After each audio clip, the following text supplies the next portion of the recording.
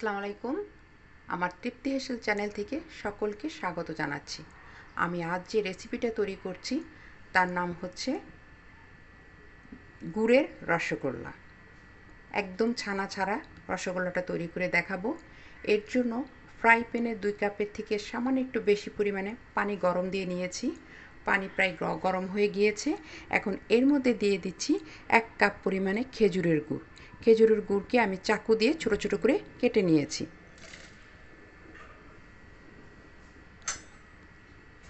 নাড়াচাড়া দিয়ে দিচ্ছি।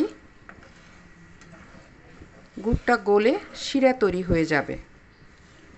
আস্তে আস্তে শিরা তৈরি হতে থাকবে আর আমি এর মধ্যে রসগোল্লা তৈরি করে নিয়ে আসছি।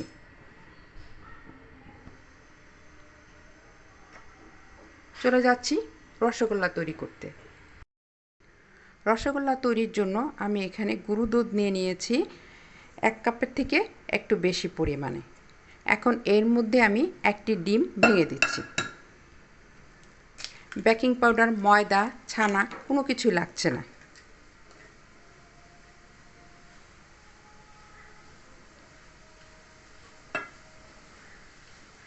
ডিমের সাথে গুঁড়ো দুধ ভালোভাবে মিশিয়ে নিতে হবে।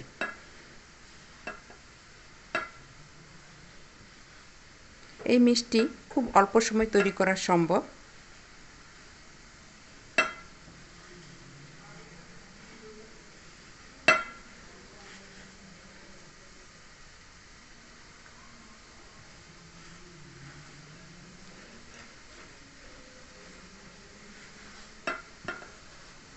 ময়ান তৈরি হয়ে গেল।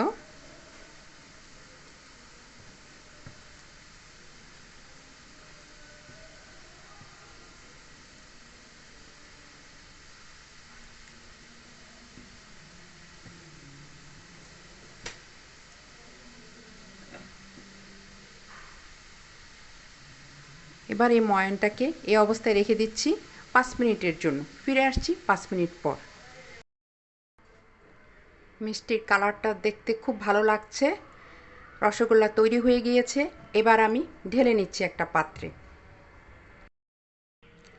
ফিরে এলাম 10 মিনিট পর। মিষ্টিগুলো ফুলে অনেক বড় হয়ে গিয়েছে সাইজে।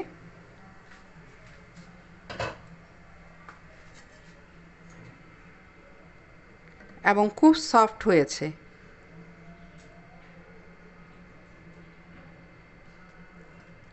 আরও কিছুটা সময় থাকা প্রয়োজন, যাতে মিষ্টিটা আরও একটু কিছুক্ষণ থাকলে গুড়ের মিষ্টিটা এটার ভিতরে ঢুকে যাবে।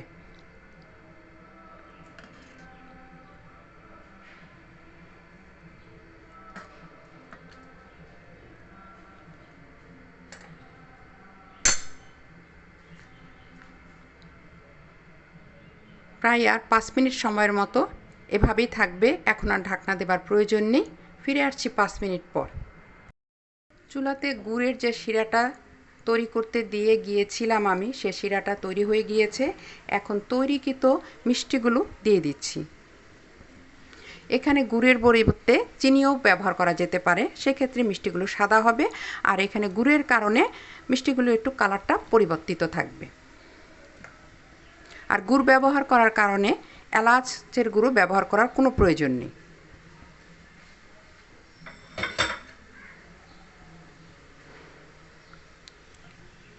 মিষ্টিগুলোকে হালকা একটু নাড়াচাড়া করে 10 মিনিট সময়ের জন্য ঢেকে দিচ্ছি। ফিরে আসবো আমরা 10 মিনিট পর। ফিরে এলাম 5 মিনিট পর। কিছুটা শক্ত ভাব চলে আসছে। এখন এই ময়ান থেকে ছোট ছোট করে লেচি কেটে গোল গোল করে নিতে হবে।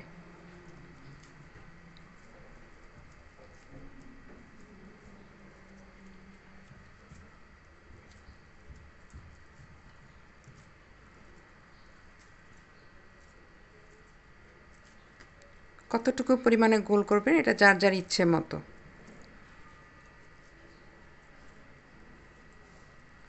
লেচি কাটা হয়ে গিয়েছে। এবার আমি হাতের সাহায্যে গোল গোল আকৃতির করে নিচ্ছি।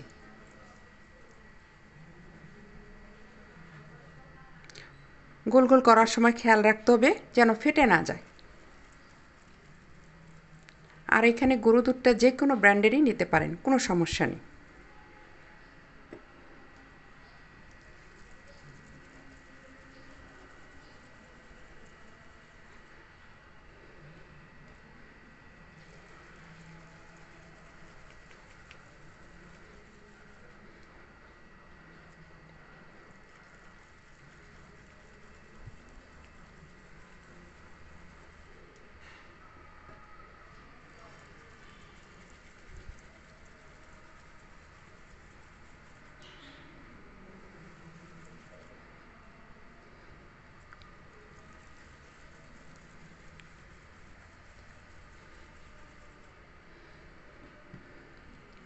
খুব অল্প সময়ে এই রসগোল্লাটি বানানো সম্ভব এবং উপকরণও খুব কম লাগে।